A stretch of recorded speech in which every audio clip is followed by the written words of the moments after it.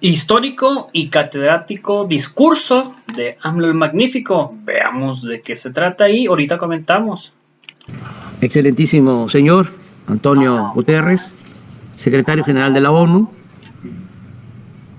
miembros permanentes de este Consejo de Seguridad de la ONU, miembros no permanentes, señoras y señores.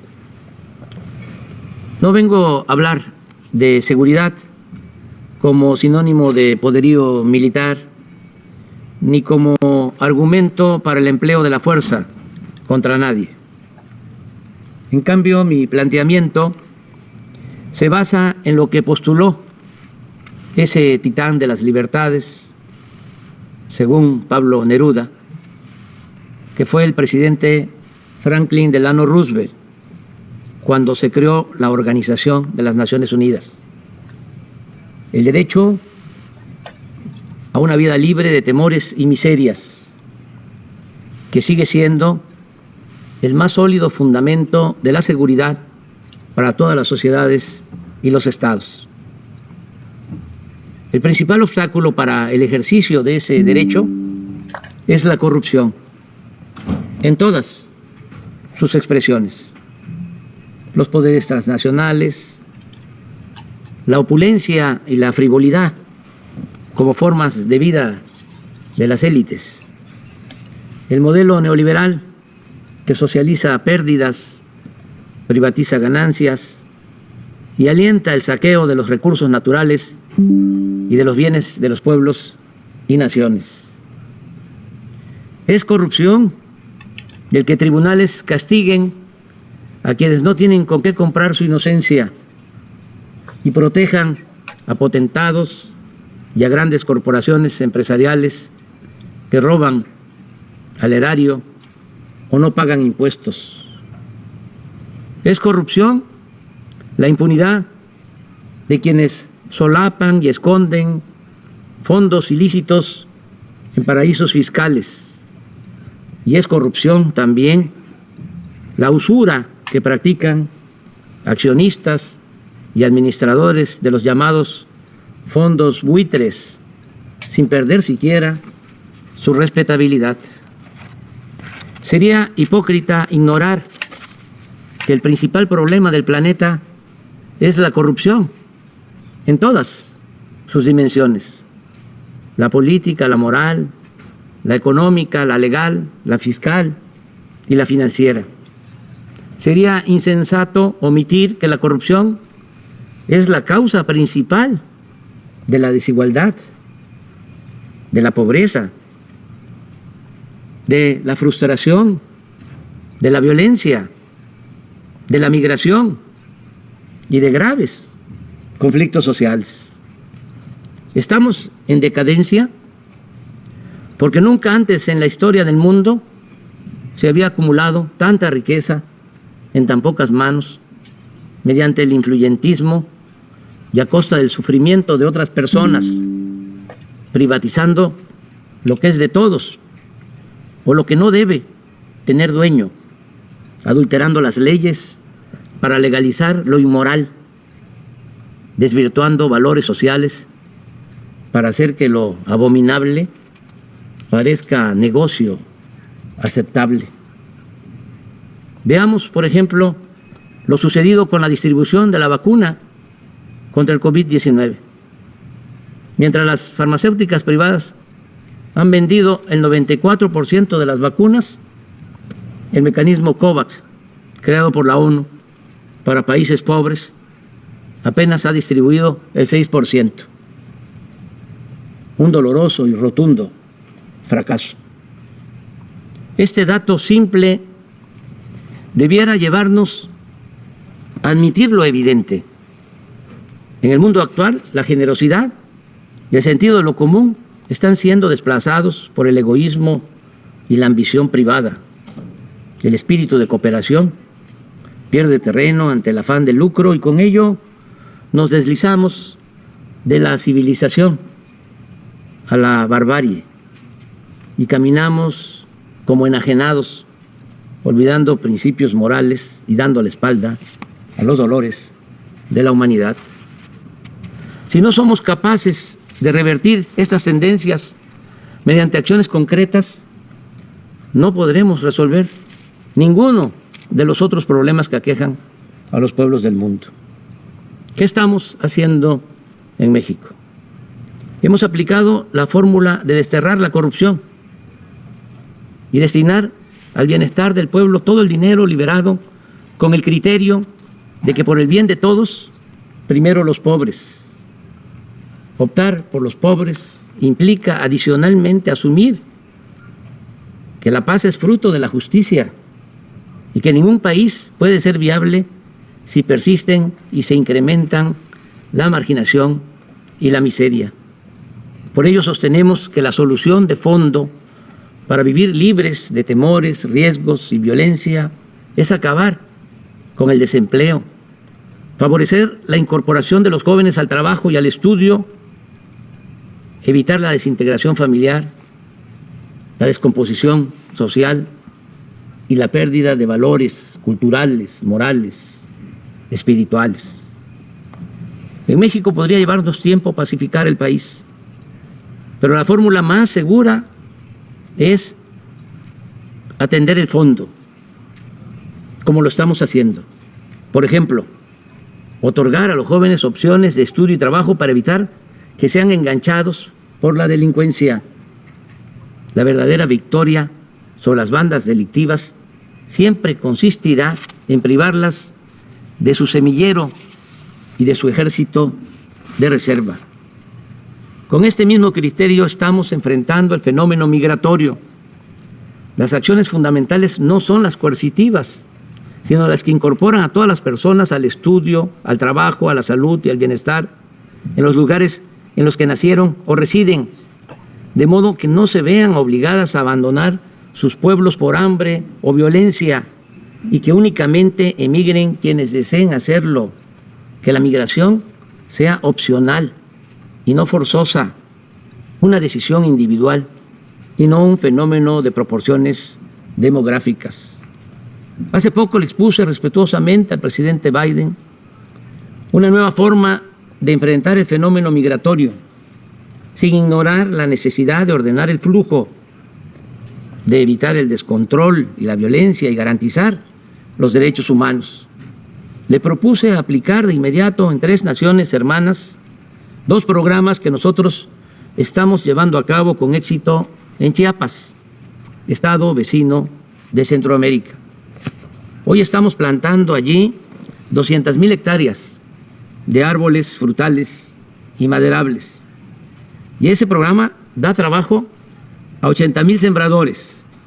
Asimismo, en esa entidad del sureste mexicano, trabajan como aprendices 30,000 jóvenes que reciben un salario mínimo para capacitarse en talleres, empresas y otras actividades productivas y sociales.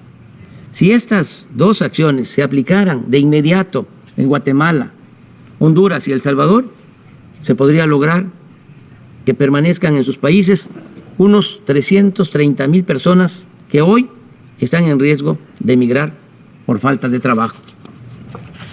Pienso que estas propuestas deben ser aplicadas por la ONU a fin de ir al fondo de los problemas en los países pobres. Es necesario que el más relevante organismo de la comunidad internacional despierte de su letargo y salga de la rutina, del formalismo, que se reforme y que denuncie y combata la corrupción en el mundo, que luche contra la desigualdad y el malestar social que cunden en el planeta, con más decisión, profundidad, con más protagonismo, con más liderazgo.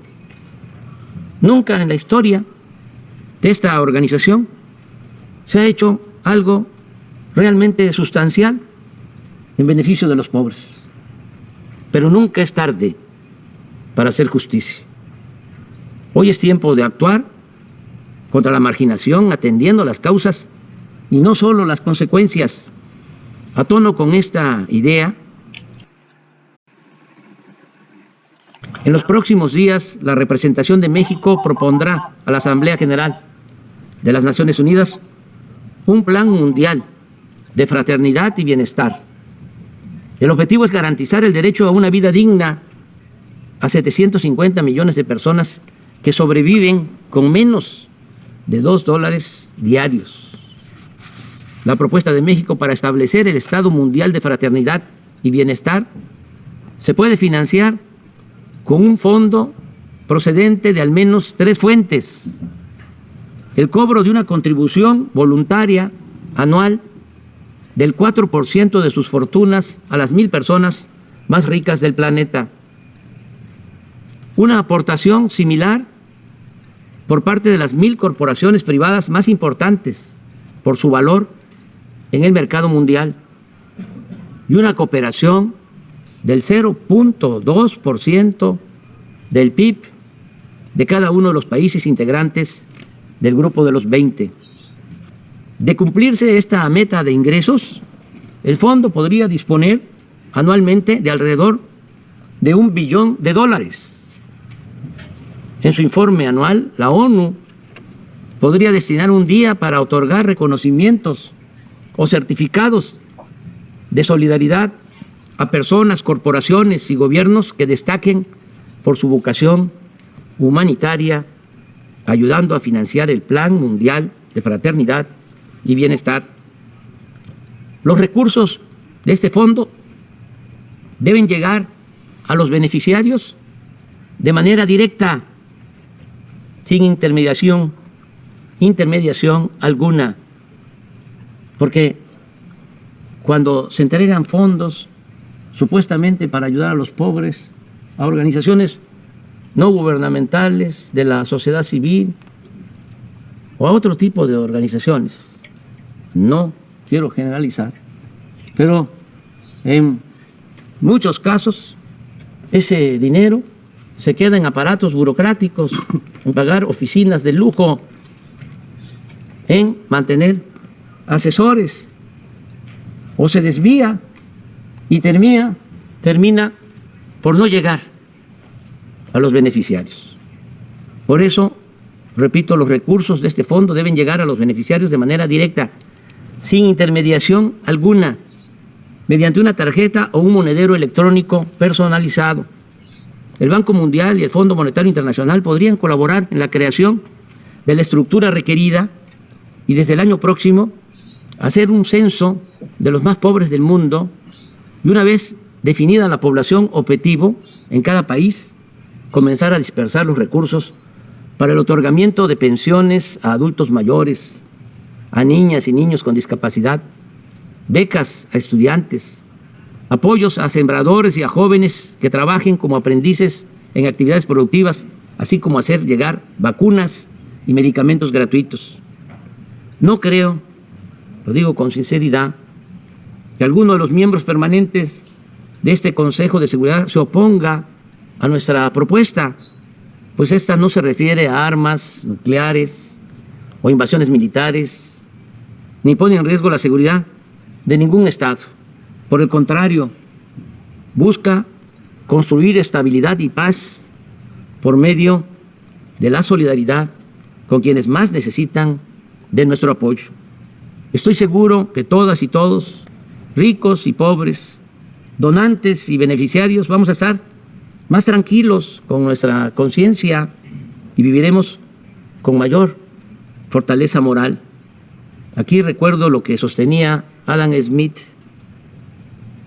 por más egoísta que quiera suponerse al hombre, evidentemente hay algunos elementos en su naturaleza que lo hace interesarse en la suerte de los otros, de tal modo que la felicidad de estos le es necesaria, aunque de ello nada obtenga, a no ser el placer de presenciarla. Con otras palabras, solo siendo buenos podemos ser dichosos. Y nunca olvidemos que es un deber colectivo de las naciones ofrecer a cada una de sus hijas e hijos el derecho a la alimentación, la salud, la educación, el trabajo, la seguridad social, el deporte y la recreación. Cierro recordando a dos patriotas y libertadores de nuestra América, José María Morelos y Pavón, siervo de la nación mexicana, que hace poco más de 2 siglos demandaba que se modere la indigencia y la opulencia. Y casi al mismo tiempo, Simón Bolívar aseguraba que el sistema de gobierno más perfecto es aquel que produce mayor suma de felicidad posible, mayor suma de seguridad social y mayor suma de estabilidad política.